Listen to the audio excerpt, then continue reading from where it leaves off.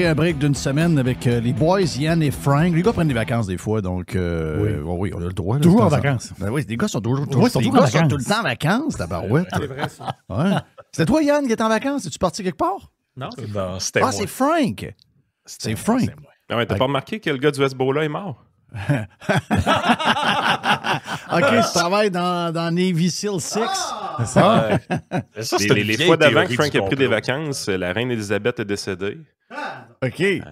Non, il se passe tout le temps de quoi, là? C'était qui l'autre, Frank?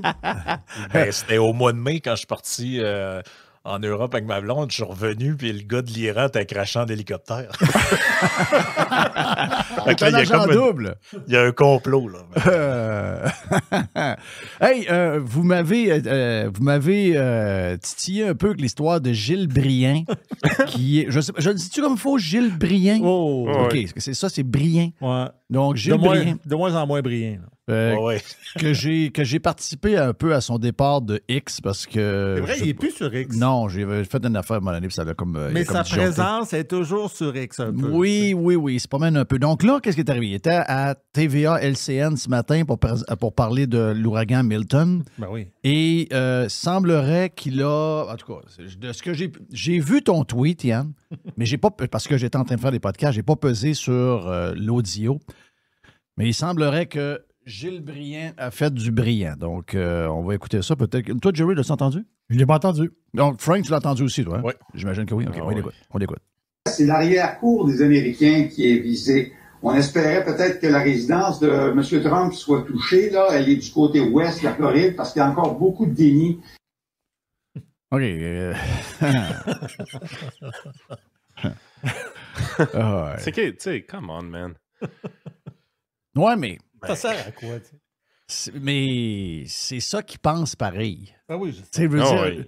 j'aime autant le savoir, je pense. Tu sais, que Ouais, c'est dans le fond, ils ont tout le goût de dire ça, là. ouais, c'est C'est- juste que, mettons que nous autres, on avait dit, quand il y avait eu la queue d'ouragan qu'on a eue là, au mois d'août, là, mettons que moi, j'avais dit, hey, j'espère que la maison du premier ministre soit inondée. Oui. Non, ça, c'est ça passe-tu, ça? Non. Ben non. Non, ça dépend toujours qui le fait. Là. Ça, Ben, c'est le double c'est- standard, ça qui était dégueulasse. Là.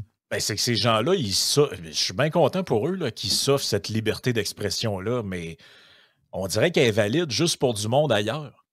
Ouais. Tu sais, c'est Trump, Richard est dessus cette semaine, Trump, là, il est rendu vieux et sénile. Oui. Ouais, mais là, toi, si tu dis qu'un politicien d'ici est sénile, d'après moi, ça passe mal. Mais ça a C'est toujours là- été ça, par exemple. Ça a toujours été ça. On a toujours été plus chiens. Tu sais, mettons les artistes. Ah, les artistes, c'est Les évident. artistes, c'était l'enfer. Non, Les c'est artistes, évident. il y a certains artistes qu'on on les traitait de putes, on les traitait Oui. d'ici, on les traitait de ça, mais on Ouais, savait ouais. que tu sais, le commentaire n'allait pas se rendre. Mais quand c'était les nôtres, il fallait être très, très poli, il fallait rien dire de travers. Puis, tu sais, on n'a pas... ben, c'est sûr, on est ce qu'on est, là. On a toujours été un peu chieux là-dedans. Mais Mais le T'sais- mythe de la bonne personne, Jeff, ces gens-là pensent qu'ils sont des bonnes personnes parce qu'ils n'aiment pas Donald Trump. oui, Mais je veux dire, quand tu arrives puis tu souhaites un événement violent à quelqu'un, quand tu souhaites la mort de quelqu'un, quand tu souhaites qu'un ouragan ramasse sa maison, Ouais. fondamentalement, ce que ça dit sur toi, c'est que tu es une mauvaise personne. non, t'étais un cave. Excusez-moi, là, mais t'étais carrément un cave. Et je ne sais pas avec qui il parlait, là. Je n'ai pas vu le vidéo en tant que tel, mais la personne aurait dû montrer, ouais, on comprend que vous faisiez une joke, c'est quelque chose de... tu essaies de défendre, ou encore, s'il y a un délai, tu l'enlèves, Christophe. Tu enlèves ce genre de patente-là, tu dis, ouais, on ne peut pas présenter ça, là. Mais avouez que c'est dans... Il y a... c'est accepté, OK? Oui. Puis je vais dire un peu ce que tu as dit, Frank. C'est-à-dire que il y a le monde dans lequel on joue maintenant, puis c'est probablement une affaire qui est vieux comme la Terre, mais c'est exploité à tour de bras aujourd'hui, c'est que maintenant, on a les bons et les mauvais. Donc, Ouais. une fois que les personnes mauvaises sont identifiées, il n'y a pas de limite possible. Tu sais, C'est Marvel. c'est ça. Donc, il y a le super-héros, il y a le méchant, puis même si on le coupe en morceaux, il y a du sang partout dans la pièce, c'est pas grave, parce que c'est le méchant. Mais c'est le même, je veux dire. Puis, moi, je sais, je l'ai vécu un peu d'une certaine manière pendant plusieurs années. Je veux dire, toi, tu peux pas dire grand-chose. Les gens peuvent tout dire sur toi. Puis le pire, c'est qu'ils ont réussi à généraliser ça. Moi, ma blonde me racontait récemment qu'elle a croisé quelqu'un qu'elle connaît, puis la personne lui a parlé de Donald Trump et du deuxième attentat, et elle a carrément dit, sans gêne, il y a des gens d'entour, elle a dit, ils vont-tu finir par pas le manquer? Oui. Donc, vois-tu, il y a une acceptation sociale. Il y a une déshumanisation aussi des acteurs. Oui, exact. Il y a une déshumanisation des acteurs. Je veux dire, tu penses réellement que tu es une bonne personne, puis tu souhaites ouvertement la mort de quelqu'un d'autre.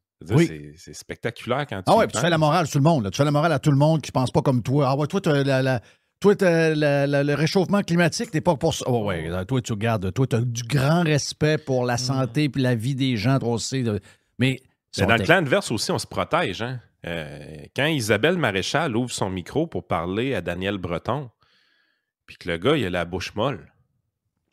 Puis finalement, on met fin à l'entrevue, puis on efface le segment comme si c'était jamais arrivé. Ça, on est bon là-dessus. Oui. On va mettre des entrevues intégrales, mais ils ont été éditées. Ah, c'est bon, ça. Puis on a enlevé un bout.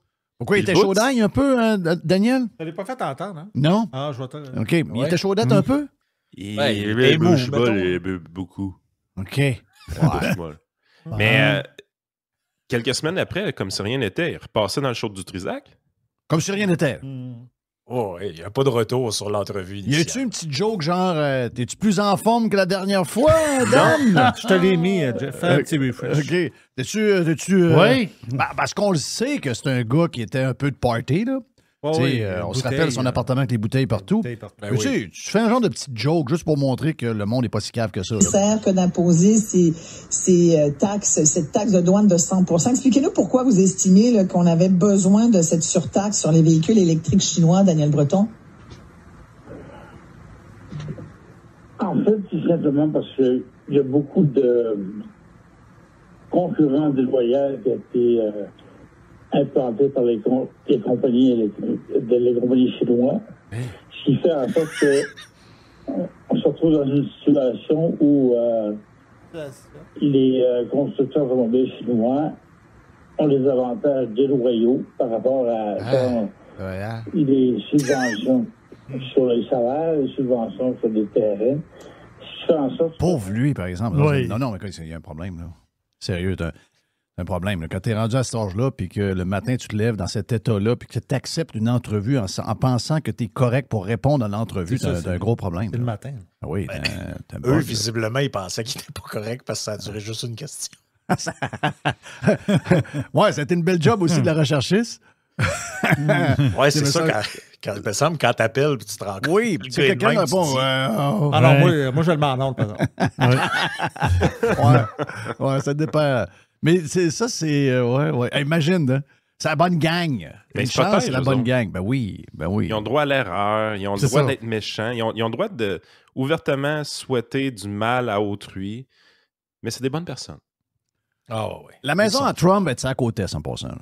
Oui, c'est ça. Pour un gars qui me fait la morale sur le climat, la météo, etc., Chris, un cours de géographie 101, là, West Palm Beach, c'est à côte est, là. OK? Donc, la maison n'était pas en jeu. Malheureusement, comme il dirait, n'était pas en jeu. Mais c'est parce qu'il l'a collé sur la côte ouest. C'est ça que j'ai entendu?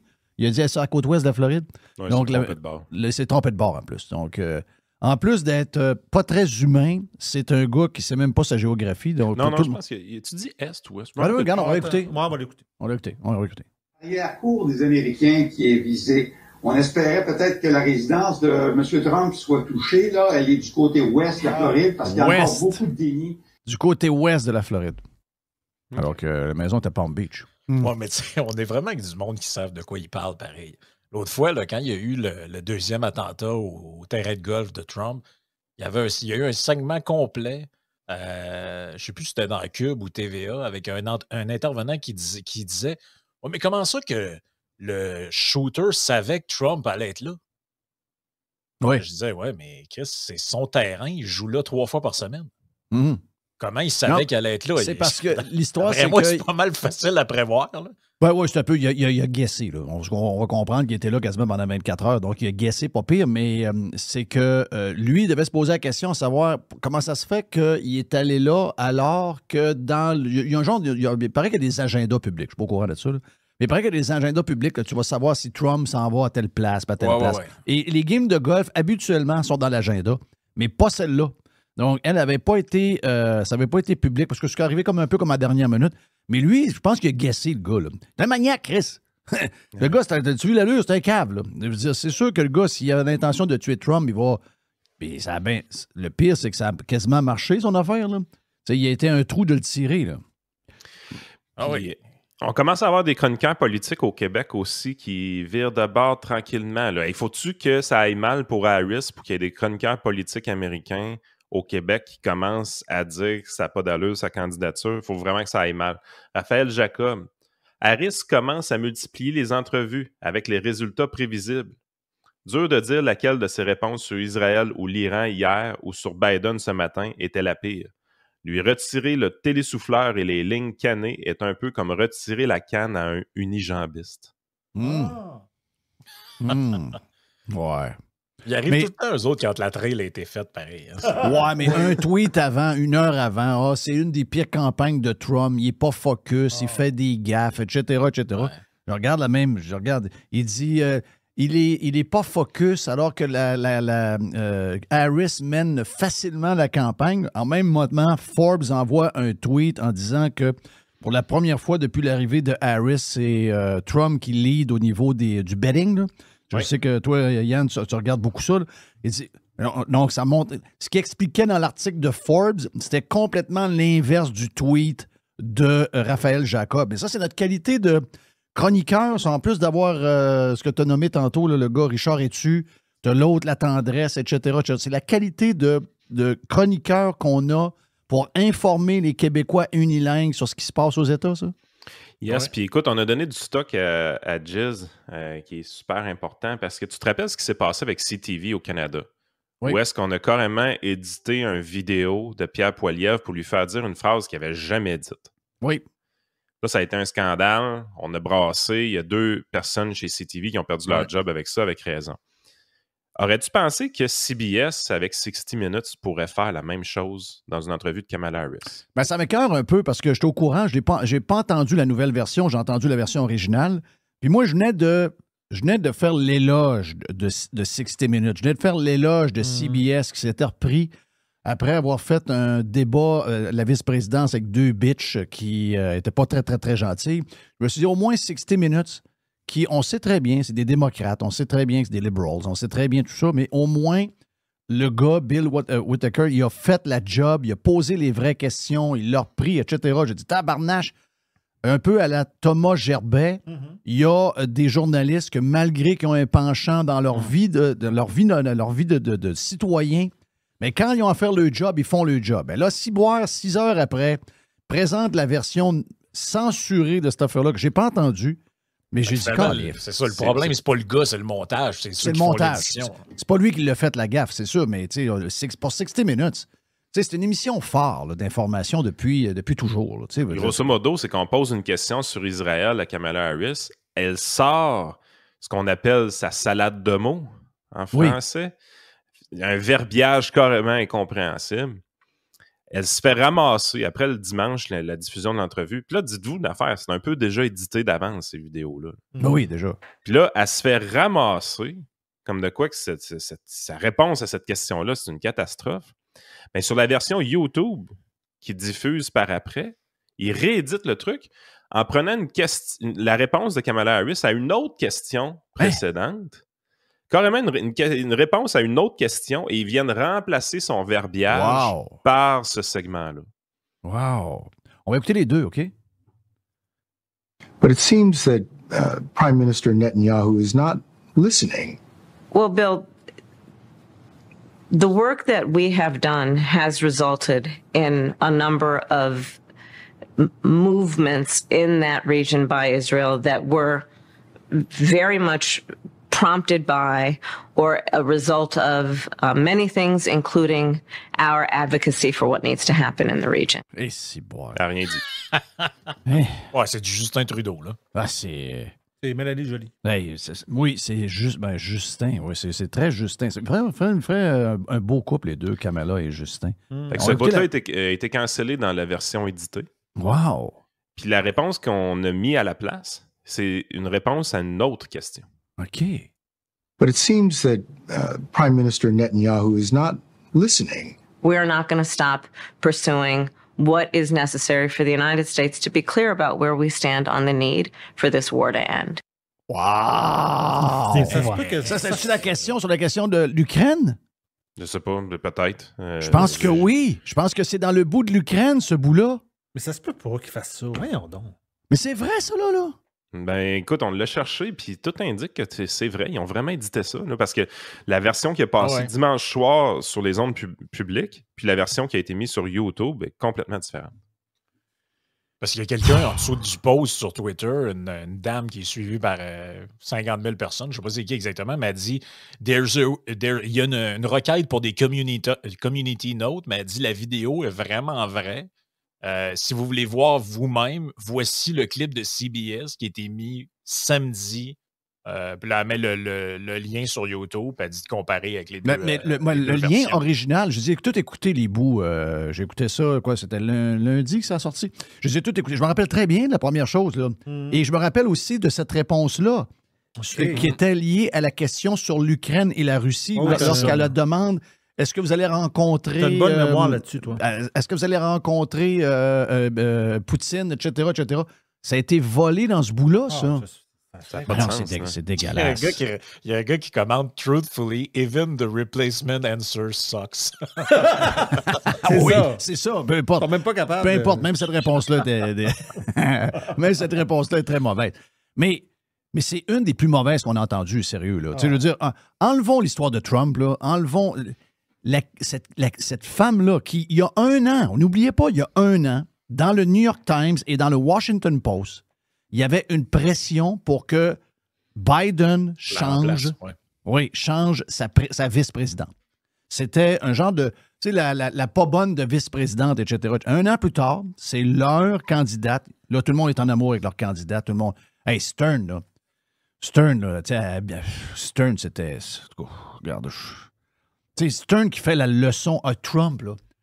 Trump, c'est un peureux. Il n'a pas voulu aller à...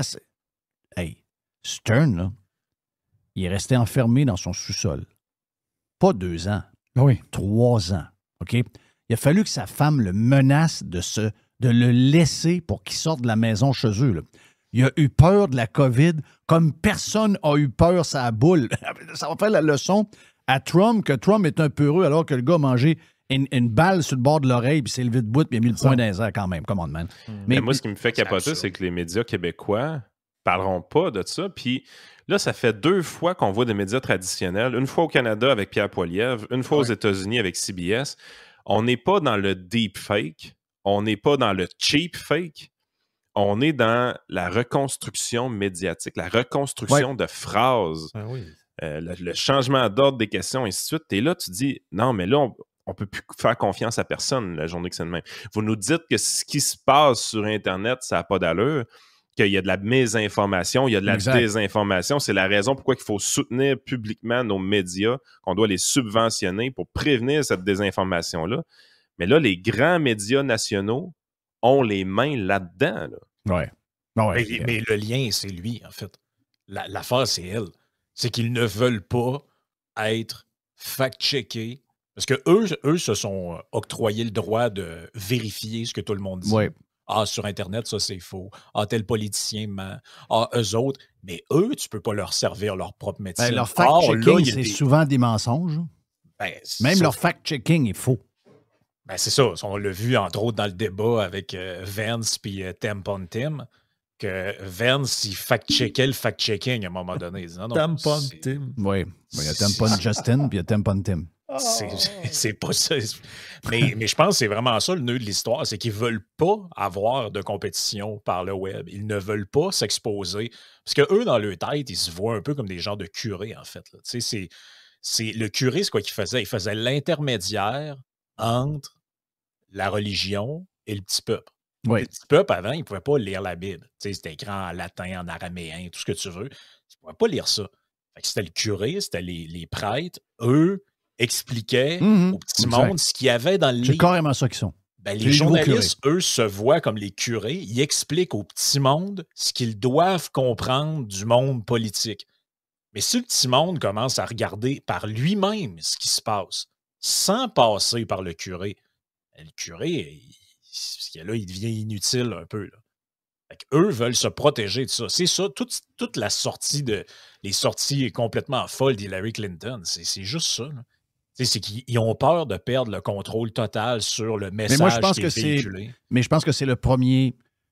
Si elle est élue, la première chose à laquelle il s'attaque, c'est ça. C'est le premier amendement, c'est les histoires de non-responsabilité des réseaux sociaux, parce que les réseaux sociaux n'ont pas de responsabilité civile, dans le sens que c'est pas eux qui fournissent le contenu, c'est des gens qui écrivent, donc ultimement, ce sont les gens qui sont responsables de ce qu'ils écrivent, de ce qu'ils envoient. Puis Martin te dirait que c'est un site, par contre. Ce n'est pas une plateforme. C'est un site, exact, c'est un site. Imagine-toi que le gars est un prof. Le gars est prof à l'Université Laval, il enseigne à nos jeunes, pas à l'Université Laval, sur l'Université de Montréal. Le gars, c'est un technodome, le gars. Là. Il est complètement plus là. Il parle à nos jeunes puis il essaie de les former pour le futur. C'est lui qui dit que Tampon Tim a gagné le débat. Là. Oui, il le redit. Il a vu qu'il était dans le gauche, puis il leur a dit « Non, je le redis encore. » Mais moi, je suis certain que la première affaire qu'il coupe, c'est tout ça. Puis Musk, il y en a qui disent « Ah, Musk, il est saucé un peu. Il va voir Carson, puis il dit « Ils vont vouloir avoir ma peau. » Non, il n'y a pas tort. Il n'y a pas tort. Ce qui sort, là, quand on entend Walz a dit quoi d'ailleurs? C'est quand qu'il a parlé? C'est hier? Walz a dit qu'il voulait... abolir le collège électoral. Il voulait abolir le collège électoral. Donc, la démocratie en tant que telle, là, finalement, quand ils nous disent depuis à peu près 6 mois, 1 an que Donald Trump est la menace à la démocratie, ça, c'est encore une fois, c'est une tactique pour aveugler tout le monde. Ceux qui veulent changer pour de vrai la démocratie, c'est-à-dire qu'en enlevant le droit aux gens de discuter entre nous autres, de s'informer avec des affaires qui sont vraies ou pas vraies. C'est pas important. Là, je veux dire, de temps en temps, on peut se tromper, les autres se trompent eux autres mêmes. Et ensuite de ça, d'avoir les régions qui sont représentées, que pas juste les grandes villes avec la gang de fous qui habitent dedans décident qui vont être les prochains présidents, etc., etc. La menace pour la démocratie américaine, ce sont les démocrates en ce moment, là. Je rêve-tu? Oui, puis, tu sais, il ne faut pas oublier que dans cette élection-là, il y a plusieurs enjeux. Ce que tu viens de nommer là est super important. Il y a la présidentielle, évidemment. Mais présentement, là, peu importe que ce soit Harris ou Trump qui gagne, le président se ramasse avec la Chambre des représentants qui serait démocrate, normalement, puis le Sénat qui serait républicain. Mais là, les chiffres commencent à bouger, hein. On commence à voir la probabilité d'une chambre républicaine augmenter. Pas juste que Trump, la chance d'être élu, augmente, mais également la Chambre des représentants qui pourrait être républicaine si ça continue comme ça. Ça veut dire que là, ce que tu vas voir dans les prochaines semaines, parce que l'élection s'en vient, il reste 1 mois. Là. Oui. Dans les prochaines semaines, ce que tu vas voir, c'est que le niveau de panique va juste augmenter. Parce que présentement, le playbook démocrate, c'est un agenda anti-Trump. On essaie de tout faire pour montrer que Trump, c'est le démon. Mais ils ont juste ça dans le playbook, ils n'ont rien d'autre. C'est pas pour rien que Kamala Harris veut un 3e débat. Elle veut un 3e débat parce qu'elle veut créer l'opportunité que Donald Trump se plante. Oui. Ils se sont fourrés. Ils n'ont pas été capables d'avoir cette opportunité-là avec J.D. Vance. Ils ne demanderont pas un 2e débat vice-présidentiel. Inquiétez-vous pas, ils ne demanderont pas ça. Mais ils veulent créer ce 3e débat-là parce que là, ils ont besoin d'opportunités. Puis là, ils commencent à essayer de créer plus d'opportunités en envoyant Kamala Harris de plus en plus dans des entrevues. Ça commence à chier dans la pelle aussi. Sérieux, ouais, c'était pas une bonne idée. Là. Non, c'est un accident de char. Même Taylor Swift a eu 0 effet quand tu regardes. Là. Tout le monde dit hey, qu'est-ce qui va se passer? Quand tu regardes les sondages et les odds, ça n'a pas bougé, mais pas une virgule la journée que c'est sorti. Mais là, tu as eu l'ouragan au niveau de la Caroline du Nord, ça a chié dans la pelle pas mal, la réponse est décoordonnée, ainsi de suite. Là, ça s'en vient en Floride. Moi, ce que j'ai adoré là-dessus, en passant, là, j'ai adoré ça hier. Des petits coups par en dessous qui se font entre démocrates. J'ai adoré ça. Là, on l'a vu hier live, un peu tout ça, parce qu'on a suivi ça live. Je ne sais pas pourquoi, c'est arrivé par accident. Là, mais quand, comme tu dis, Frank, quand DeSantis est allé à Fox, puis qu'il a dit, là, Kamala Harris, moi, elle m'a jamais appelé avant, jamais si. Je dis, moi, j'ai pas d'affaire à travailler avec elle. Elle ne s'est jamais occupée de nous autres. Moi, je travaille, elle dit, j'ai travaillé avec 2. J'ai travaillé avec Biden, quand il était là, puis j'ai travaillé avec Trump, les 2. Quand j'ai eu des tempêtes, j'ai eu des affaires graves, j'ai dit ça a très bien été, on s'est très bien entendu, les 2 étaient bons, incluant Biden, même s'il n'est pas un démocrate. Et Biden, plus tard, a dit Je viens de parler avec DeSantis. Tout se passe très bien. M. DeSantis va bien, on échange, on fait nos affaires. Alors qu'elle venait de dire le contraire. Donc, elle a l'air folle. Out of the loop. Oui, elle a plus l'air là. On dirait qu'elle n'est pas dans... Tu sais, ça me rappelle il y a quelques semaines quand est arrivée l'histoire avec l'Iran, où ils ont fait un photo-op avant la réunion. Et quand la réunion a commencé, Biden, Jill et tout ça, ils ont dit « Non, cette réunion-là est secrète, tu ne peux pas être là. » Ils l'ont mis dehors dans une réunion secrète. Imagine-toi. Donc, elle n'est plus dans le loop. Elle n'est plus dans le loop. Puis d'après moi, il y en a plusieurs chez les démocrates qui espèrent qu'elle se pète la gueule. Tous les gens qui sont fidèles à Biden, la manière que ça s'est fait, je pense que ces gens-là, dans le fond d'eux, souhaitent qu'elle se pète la gueule. Moi, je pense que oui. Puis, tu sais, toute la stratégie démocrate, elle avance aucune idée. Tout ce qu'elle fait, c'est qu'elle a une coupe de tax credit, elle a une coupe de chèques à la logo qu'elle présente, qu'elle répète. Mais tout, tu sais, je veux dire, il reste un mois de campagne à faire, puis tout ce qu'elle trouve à faire, c'est Agenda 2025, abortion ban. Agenda 2025, abortion ban. Tu sais, maintenant, tu peux pas crier au loup à tous les jours puis espérer gagner une élection avec ça, là. Ça va prendre de quoi d'autre? Ben, c'est surtout en plus que c'est pas ça que le monde veut entendre parler. C'est le coût de la vie, c'est l'immigration, c'est la sécurité, c'est... mais je viens de la classe moyenne, Jeff. Oui, je viens de... Puis les gens dans mon quartier adorent entretenir leur gazon. Ouais. Je vais être comme le peuple, je vais boire une bière aussi. Ça, oui, une petite Miller. Non, amène-moi pas une Heineken, là, ça fait pas peuple. Amène-moi une Miller. Vous avez vu la vidéo d'elle où le téléprompteur tombe en panne, là, puis elle était rendue à lire qu'il reste 32 jours avant la fin de la campagne. 32 days! Le téléprompteur arrête, elle répète 32 days à peu près 8 fois, puis là, ça coupe. Oh oui. Là, tu te dis, mais même pas capable de... Tu sais, l'autre, qu'on l'aime ou pas, c'est le gars, il parle pendant 5 heures de temps dans des rallyes. Hey, voilà pour Yann et Frank sur notre version gratis de Radio Pirate. On en a plus, bien sûr, une autre grosse demi-heure et plus avec Yann et Frank sur la version Prime. Et Yann et Frank ont leur propre podcast également et sur leur propre Patreon aussi, si vous en voulez plus. Allez vous inscrire, toujours le fun d'avoir le plus de podcasts possible pour passer un peu de temps au travail, sur la route, etc. Why not?